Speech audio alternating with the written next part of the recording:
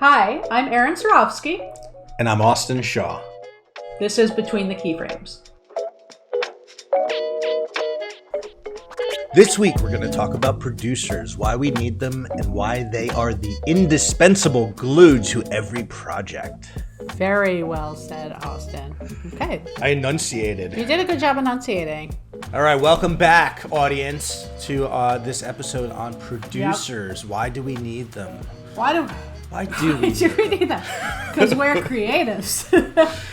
Well, you know, Austin, you're a teacher, so I'm not going to hold you personally responsible for this. But I find that when people come into the industry, there seems to be not even awareness that a producer is a thing, that somebody is responsible for managing the project and is a liaison with the client. I think that, I actually wonder what, You're like, I am going to hold you responsible. Why is that? I wonder, No, it's fair. It's a fair I almost wonder if they think they're going to be the ones communicating directly with the client or something like that. But what I do know is that producers play an integral role in the success of and it's, every project. I will say this, that there's a lot of hustle just trying to get them educated as what is a motion designer, what is a designer, and what are those art directing skills you need, and what are your animation skills you need, and then let's try to get them working together. And it's that same idea of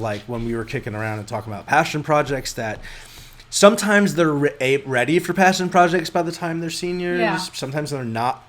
Probably more often than not. But I will say this. I encourage the students to do group projects, and I tell them, I say, look, I've seen successful group projects. I've seen them fall apart. Invariably, they fall apart when there's no producer or the group isn't assuming the producer's roles in terms of coordination. Somebody's not stepping up and doing that role of okay, we're all going to meet here on this day. We're going to create a Google Doc. I'll start the outline. Everybody's got to pop in and fill their part, assigning roles to fill out. That, to me, is the person that, not only loves the craft of what we do, but they're, capable of, driving the bus. Right. Which is good. So let's dive in. I mean, let's hear what is a producer. Maybe just broad stroke. I mean, we'll talk about motion, but what is a producer in the creative industries? This is a really good question, and it could take me 2 hours to describe all of the things that producers are and do. Because you have agency producers, you have film and television producers, and those roles are very, very different than a motion design studio's producers. And that's what I'm going to focus on. And even within that construct, it gets more granular. But would you say that there are some commonalities in all creative producers? Because I think there probably are, but what do you think? Yeah. I mean, there's a lot of personality traits for sure. Organization, scheduling, managing money, whether you're going out and seeking financing as a film producer would, or just managing a budget a normal producer would do on a show. So there's a bunch of different ways of doing that. At a motion design studio, you'll typically find an executive producer. And an executive producer is the top dog producer. Everybody kind of reports to them. They kind of go between external facing and internal facing a lot. They are very heavily involved in sales. So they're working with either the sales team, but they're constantly getting requests for reels and, hey, we have this project coming up. Are you guys available? There's a lot of top level work going on. A lot of times they do bids themselves, but sometimes they ask their producers to help them with bidding. Would you say the executive producer is sort of analogous to the creative director or executive creative director in some ways? Yes. Okay. They're definitely counterparts. I would say it's actually really interesting. I think most of the time you see executive producers owning the studio, because it takes that kind of a mindset of how do you get work? How do you go, instill trust, do all of that kind of foundational work and get work? you do need like the creative counterpart to be able to like deliver on that. But typically the creative isn't out there shopping, for work. They're busy like making all the things. Right. So that's why you typically see executive producers either as partners or as owners of these companies, because they're the ones that get access to work, and that is like the absolute most fundamental thing you need. Right, if the you're gonna be a lifeblood legitimate to company. stay in business. Right. Yeah. And so after that, you have like a head of production. Not every studio has a head of production because you just might not be big enough to warrant it. But those people are more inward facing. They're more organizing all of the producers and saying, you're on this, you're on that. So-and-so is coming up. Like they're going to like kind of steer the ship. If you're a studio like the Mill, or you have, dozens of employees and multiple offices, you definitely have a head of production, because there's no way an executive producer could do the external and the internal facing. You want to break that apart. Then you have your producers. Now, a producer in a motion graphics company is somebody that runs the job. They communicate with the client on a day in and day out basis. Usually they're even getting creative feedback via email or a phone call from another producer. So it's like a creative talks to a producer, gives notes, they talk to our producer, then they take the notes to us, and we're like, oh, okay. They're the interface. They're the primary interface on a day-to-day logistics. Yeah. So you have to have somebody that not only understands big picture what's going on, but technically what some of those notes might take, so that they don't make commitments like, oh, sure, we can have that to you in 2 hours. And then they come over and say, okay, we need this in 2 hours. And the artist is like, no way, man. So we'll get into that later. But those producers are essentially like project managers. They might have one large project or 5 small projects, or a large and 2 small. But that's for them and the head of production and executive producer to work out. But they do, seriously, like, everything goes through the producer. So ultimately, if you need to have a call, creative to creative, on the project, they'll set that up. They'll say, hey, this is too much for an email. Let's get on the phone. Within that, there are specializations. Sometimes you have visual effects producers. Right. Sometimes you have animation producers, which is like motion design. And then you have post producers. Right.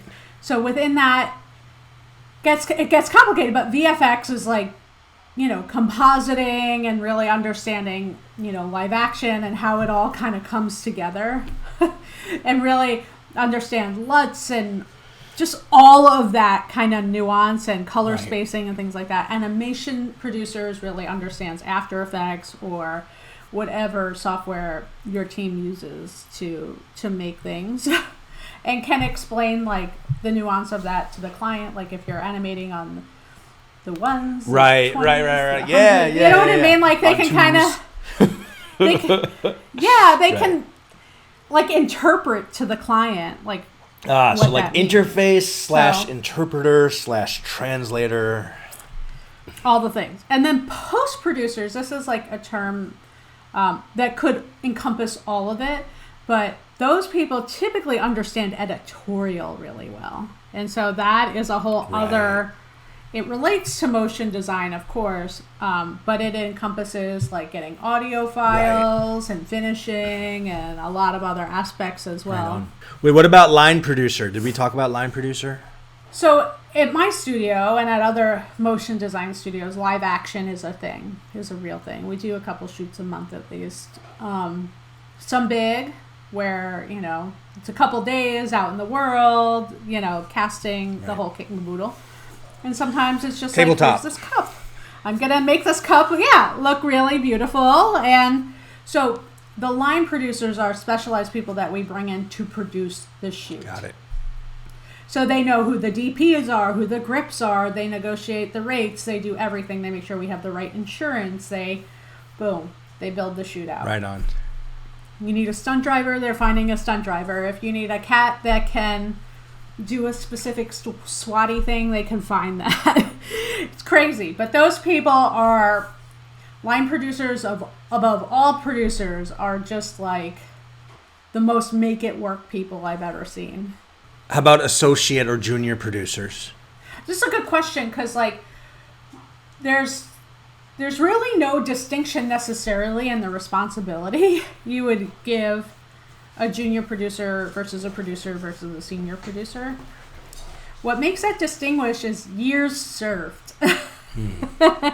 So if I'm also, like, as a boss or as an executive producer, I would never assign a project out of the scope of what I would feel comfortable giving that person based on their experience, right? So if you're a young producer, I'm going to put you on jobs that I believe I know you can handle that might push you a little bit, but maybe it's just a little bit of motion graphics and a little bit of editorial, so that I'm not kind of putting you in over your head and I'm there for you. Whereas if you have a senior producer, you're going to chuck everything at them and just know that it's going to come back.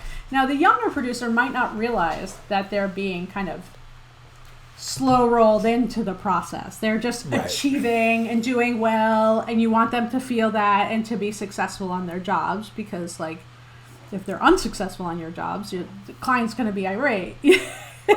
Like, they have to do a good job. So really the difference between a junior and a regular and a senior producer is experience.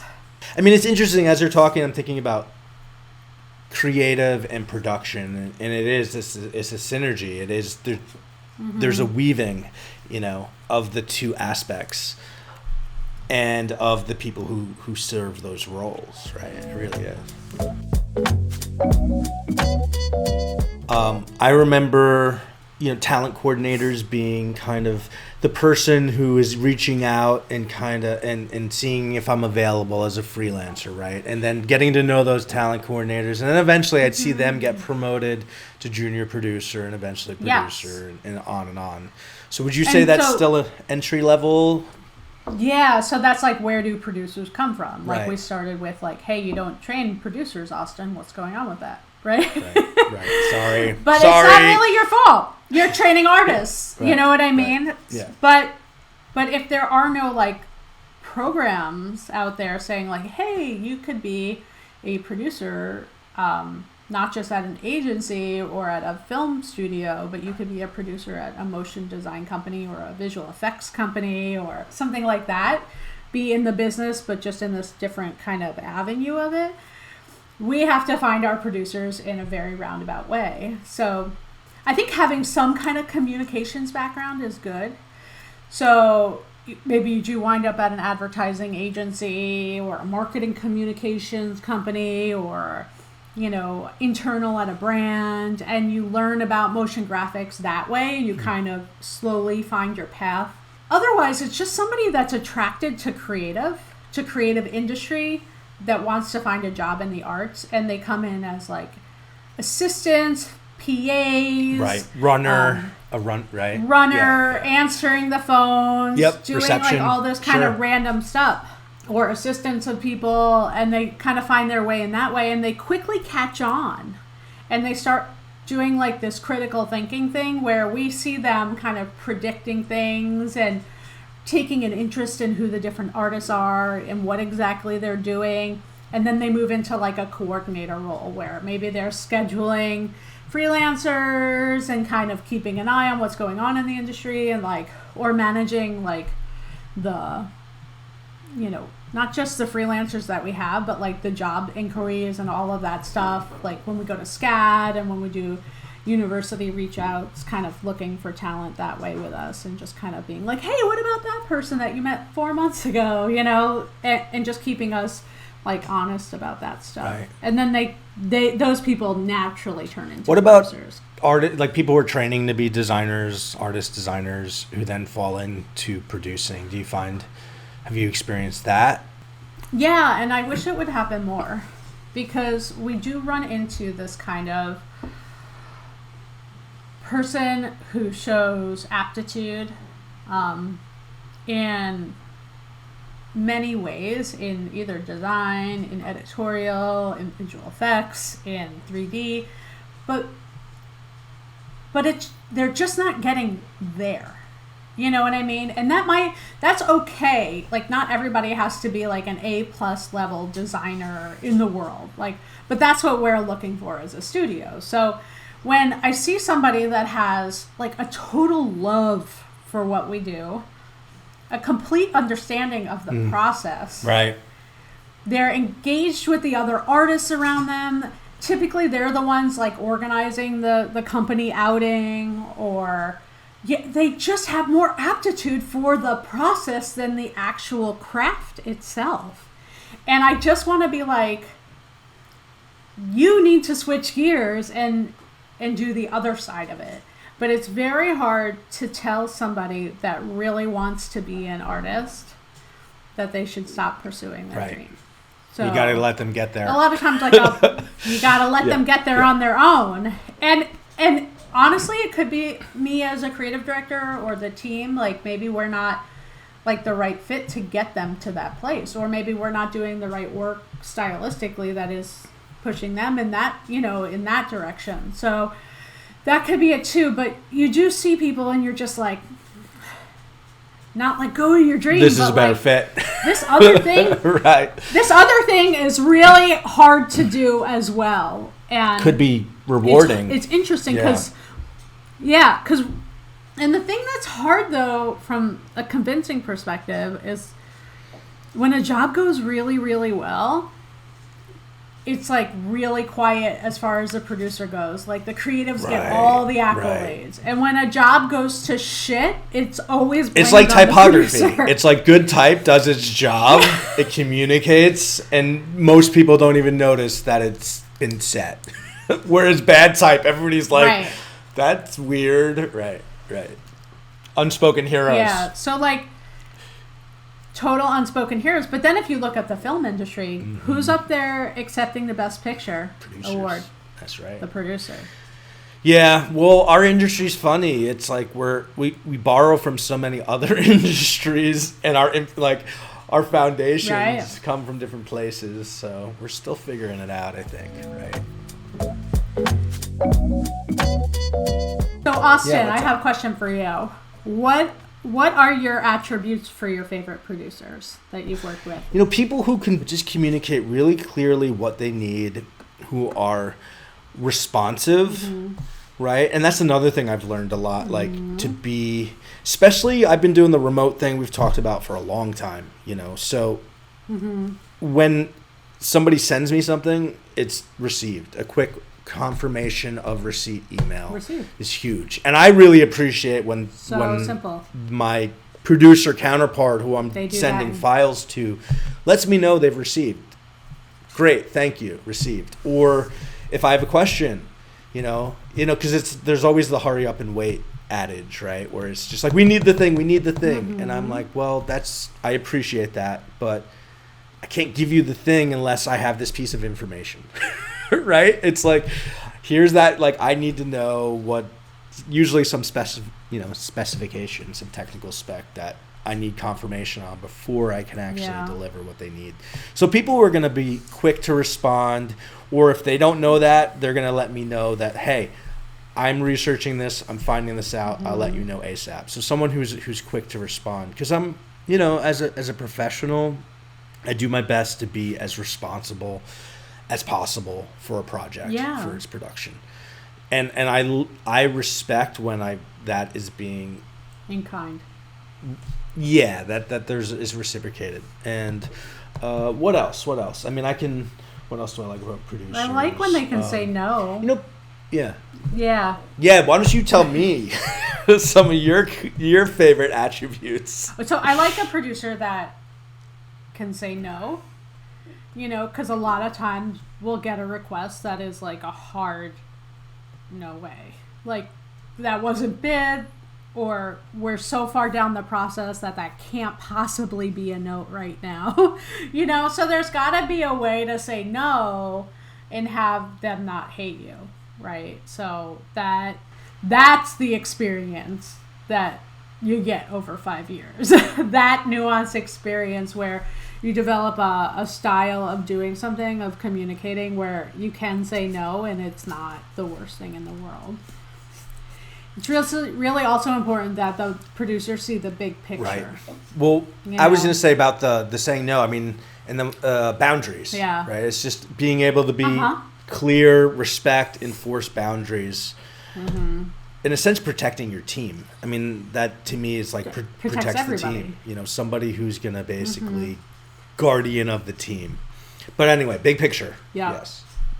Big picture, which allows them to then be proactive. Yes. You know, like if you see the big picture, you can kind of get a sense for what's going to happen with weekends, with if some artist isn't working out on a job, if they're getting a sense of like hesitation on the side of the client where they're like, okay, like let's take a step back. They're reading the room. They're reading the room and seeing the potential pitfalls that are ahead. Mm-hmm. Yeah, exactly. We talked about this, but developing a close relationship with their creative lead, you know, that the creative is trusting, has a lot of trust in them to communicate on behalf of the project. But that, you know, that trust goes both ways. So like when they're on the phone with a client and they're going over notes or noodles, that before they commit to anything, they're going to come back to the creative director and their team and say, hey, that's what they're thinking this. Like, how long realistically do we think this is going to take? So it's maintaining. This is not the moment. That protocol. Yeah. And that brings up this idea of like the producer sort of maintains the external perception versus the internal reality, right? And is able to navigate that and make sure everything stays smooth. That seems really important. Yeah, and then like if they're the person that's calm when things are going awry, they have to like say like, okay, yeah, this is a crazy note, but we're gonna take a minute and we're gonna talk about it, you know, and we're gonna break apart where it's coming from, and we're gonna say no, but we're gonna tell them what we can do, and that person and they're not going to dictate necessarily to us when they're going to get it, but we're going to tell them like what we can do, when, and how. So we're going to lay out the roadmap, and we can only do that if we keep it calm and keep things together, and then present that back to the client like professionally, assuredly, and confidently. Say like, we heard you. This is your feedback. We cannot address it the way you're expecting. This is how we can do it, and when you will see that in the process. That is really what clients need. Yeah. It's another type of creative problem solving big on time. The production level, right? Yeah, and they care about the creative. You know, they care about the creative. To them, it's not transactional. It is. They do want the product to not just be churned out and, you know, okay, we're done. You know, they care. Right. Churn and burn.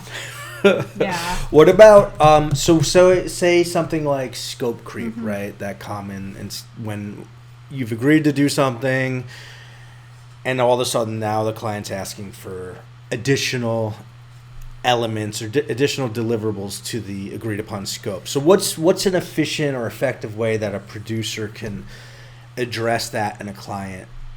Address that when that happens. Okay, so that happens literally every single job. The only way to protect yourself is to have clarity about what you're giving them for the money and when. So that has to come into play during the bid process and during the scheduling process, so that there is a paradigm that we're all functioning and moving towards, like a very clear list of what they're paying for. If they ask for something that's a slight scope creep, which is a great way of putting it, it's like, okay, like that was not in the mix, but we can get that to you at this point in time, right? Like you give them one, but then say like, if there's anything additional, it's going to be an overage. So let me know as soon as possible, so that you can get things cleared. Blah blah blah blah blah. So you want to give a little, right? Because you don't want to be a jerk. It builds some goodwill. Right. Trust. Yeah. Like you're saying, like, you can't do this every time I pick up the phone and I'm on the call with you. All of a sudden there's not a 916 and a 11, and then now there's a 4x5, and now there's and now there's and then there's all of those things but without type. or with a different logo, right? Because all of a sudden it's like, oh, that's easy, right? You just do that. And it's like, well, no, that's all time. It's all time, and it's all got to be double checked, and it's all got to be make sure it's right, and it's all got to be uploaded, and it's there's that measure between, you know, how, and also with that goodwill. I always do that, but I always let them know that. Yeah, you got to say, like, this is your one. This is it. Yeah. I'm letting them know that, like, hey, I'm hooking you up. I'm extending some goodwill, right? And then it's like, so what about when we're past the goodwill stage? Then it's a bid. Would you like me to bid that? And put a schedule together. Yeah. And that's essentially saying, yes, we will do that for you. On a new bid, and with provided that there is a new bid and schedule. Yes. Yeah. You can have this provided that you're willing to pay and to. And honestly, if it's a new deliverable, or you've exceeded the schedule, you are into a new bid situation. Period. That is, anybody that you're working with should understand that. And any time that you do a bid and a schedule for somebody, they should really understand that your bid is based on this time and this deliverable. And this deliverable. Yeah. I also like when producers have a sense of humor. Oh, like if they take things like really seriously all the time, it gets a little intense. No, because it's infectious, right? They're a big effect on the culture and the morale of any project. You're right. Mm-hmm. Yeah. They also understand what communication is the right in that moment. So they know if talking to you is the right way. Let's just start with a conversation here. Or if you need space as the creative director. Well, or if you, hey, I'm going to send you an email and then we'll talk through the email because it's going to be an outline of the changes, right? Or, if I'm MIA and where I work from home, they might shoot me a text and say, I really need you right now, and I'm just like cooking pierogies. Right. So that brings it back to that communication. Right. And then on the client side, like sometimes clients just text all the time, text everything. And it's frustrating for the producer because they have to then kind of respond in kind, but they have to match back what the client is giving. But they also have to have things documented properly because that's their job, is to have basically everything in writing. I mean, I definitely can also tell you things that I hate about some producers. Yeah, let's hear it. I don't like producers that just forward emails. Fucking email forwarders. Look at the email, read it, synopsize it, break it apart, put notes in under it. Like, have some kind of engagement in the process. Like, otherwise they could have just identify the pertinent info. Just be like, you better read this email below. It means you're going to be working all night. So let's talk about, at least read what you're forwarding me and make a comment about it. We talked about this, but people that just say yes without consulting the team. You can't do that. Yeah, 5 p.m., 5:30 p.m. on Friday. Sure! Hey, guess what, everybody? Guess what? We're working this weekend. People that overshare. So, like, a great producer is somebody that has an ultimately personal relationship with the client. And so the client might say things that are appropriate to share, but sometimes that information should not be shared with the team. Right. That's just like being a good person. Yeah. But in that role. Or if there's something you're right, because in that role, they might develop a rapport. They have information. Just, you got to be respectful. You got to be respectful and know when to, like, keep your mouth shut. Right. On that line, it's knowing when something's a private conversation versus a group conversation. Right. So that's important too. High maintenance, just every 5 minutes. Where's the thing? Where's the thing? I'll give it to you when it's done. Like, I told you it was going to be 20 minutes. It's only 5 minutes. Like, right. Calm down. And that's the stress thing. You feel that stress, and then you get you get focused on that as an artist and you start making mistakes. That's when mistakes happen, is when there isn't that like confident professionalism going on. Yeah, breathe. You know? Just breathe. Yeah. It's good. Getting it done. Yeah, just breathe. Right.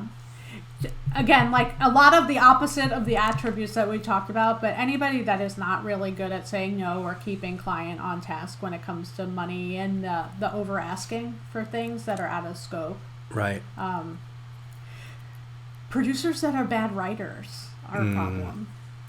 With clarity being really, really important, it's if you read a sentence and you don't understand what they're saying, it's not there good. shouldn't be ambiguity. This is this is not open to interpretation. Yeah. So now what's interesting, this is an interesting point, and I wrote it down because I wanted to make it, is that they're respectful of the creative director's boundaries. So like producers should be creative. They should engage in the creative conversations, but there has to be a decider. And that decider has to be the creative director. Of course, with influence and input from the producer, but there has to be somebody that ultimately is like, no, this is so producer as creative director. Yeah, that can get messy. I've seen it. Gets real messy. And they have to kind of find that nuanced line with each creative director that they work with. Because some creative directors like to be pushed around a little bit by their producer. I like when a producer kind of pushes back because it makes me more prepared for a client conversation. But some creative directors are like, no. Like, I heard everything. Stay in your lane. Stay in your lane. Yeah. So that's important. But the email forwarders and the hovers. Right. And, I was just thinking we just did a whole episode on producers by two people who are not primarily producers. But, we work with them. And we love them. Yeah. Honestly, the best creative directors are a little bit producer, and the best producers are a little bit creative director. That makes sense. Yeah. Okay. Well, on that note, we'll talk to you guys later. Peace.